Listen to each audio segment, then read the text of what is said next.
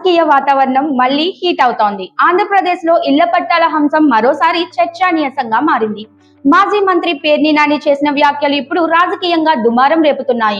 Press meet లో మాట్లాడిన ఆయన చంద్రబాబు లాంటి వారు వస్తారనే వైఎస్ జగన్మోహన్ రెడ్డి ముందే జాగ్రత్త. జగన్ ఇచ్చిన ఇళ్ల పట్టాలను ఎవరూ రద్దు చేయలేరు అని స్పష్టం చేశారు. ప్రజలు ఎలాంటి భయాలు పెట్టుకోకూడదని, తమ పట్టాలను అమ్మకుండా జాగ్రత్తగా ఉంచుకోవాలని సూచించారు. ఇంకా మాట్లాడుతూ ఇంకా 2 ఏళ్లు ఆగండి, జగన్ తిరిగి వస్తారు, మీ అందరి ఇళ్లను కట్టిస్తారు అని ధీమా వ్యక్తం చేశారు. మాట్లాడతాడు ఈ బందర్లో జగనన్న కాలనీలో నుంచుని మాట్లాడతాడు. ఎంత పనోడో చూడండి. ఇక్కడ ఎవరు ఇల్లు కడతలా, ఇంకా ఖాళీ స్థలాలు ఉన్నాయి అక్కడ. ఆ ఖాళీ స్థలాలు మీరు కనుక మొదలెట్టబోతే శాంక్షన్ చేసేస్తా అంటాడు. ఎవరి తాతగాడి సొమ్ము క్యాన్సిల్ చేయటానికి, లాక్కుని ఇంకోటికి ఇవ్వటానికి ఎవరి తాతగాడి సొమ్ము? మీ ప్రభుత్వం ఇచ్చిందా? అందుకే మీలాంటి దుర్మార్గులు, మీలాంటి కీచకులు వచ్చి చెలబడతారనే చంద్రబాబు నాయుడు లేదా ఇట్లాంటి కీచక మంత్రులు దుర్మార్గమైన ఆలోచనలు వస్తారనే జగన్మోహన్ రెడ్డి గారు ముందు చూపుతోనే వీటన్నిటికీ తాళాలేసేటి పెట్టాడు. అయ్యా మంత్రి గారు, హీన బుద్ధి మానుకోండి, చిన్న బుద్ధిని పక్కన పెట్టండి, మారండి. అందుకే ఎవరైతే బందర్ ఎమ్మెల్యే ఈ రాష్ట్రానికి మంత్రిగా ఉన్న ఒక అతను పేదవాళ్ళని జగనన్న కాలనీలో ఇళ్ల స్థలాలు తీసుకోవాలని బెదిరిస్తున్నాడు. ఆ పేదవాళ్ళందరికీ చెప్తున్నా, మీరు లెక్క చేయబాకండి అతని మాటల్ని. దీంతో సమానంగా మీరు లెక్క కట్టండి. దీనికన్నా విలువ ఉందేమో ఎక్స్పోర్టేజ్ వెళ్తుంది, అతని మాటకు విలువ లేదు. దీనికన్నా మనం గుండు చేయిస్తే ఆ గుండు చేయించుకున్న దానికన్నా విలువ ఉంది. ఎవడొకటి పాట పాడి విగ్గులు చేయటానికి ఫారెన్, లండన్, బొండను ఇక్కడికి పంపిస్తారు. కానీ ఇతని మాటకు విలువ లేదు.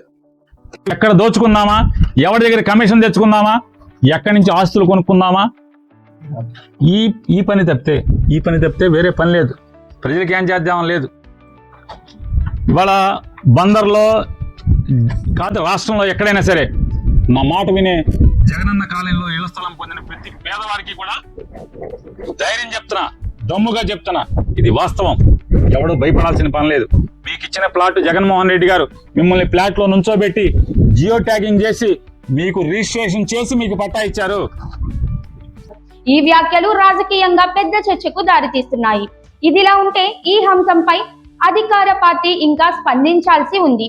ఇళ్ల పట్టాలపై ప్రజల్లో ఉన్న సందేహాలు, రాజకీయ పార్టీల మధ్య ఆరోపణలు ప్రత్యారోపణలతో ఈ విషయం మరింత వేడెక్కే అవకాశాలు కనిపిస్తున్నాయి. మొత్తానికి ఇళ్ల పట్టాల అంశం మరోసారి ఆంధ్రప్రదేశ్ రాజకీయాల్లో కీలకంగా మారింది. ప్రజలు మాత్రం ఈ హామీలు ఎప్పుడు నెరవేరుతాయా అని ఆసక్తిగా ఎదురు చూస్తున్నారు.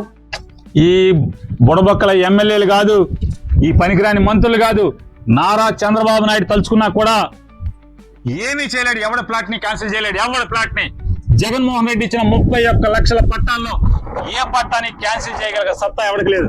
ఎందుకంటే కోర్టులు ఉన్నాయి, చట్టాలు ఉన్నాయి మనకి. మీ ప్లాట్లని జగన్మోహన్ రెడ్డి రిజిస్ట్రేషన్ చేసి మీకు అప్పచెప్పాడు.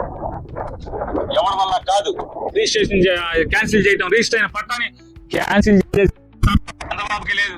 అట్టాడితే ఈ మంత్రులు ఎమ్మెల్యేలకు ఉందా? రాష్ట్రంలో ఉన్న వాళ్ళు ఎవరికన్నా కఠినంగా బతకండి పేదోళ్ళు.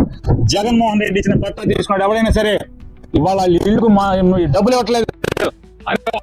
మూసుకుంటే 2 ఏళ్ళు అయిపోయినాయి.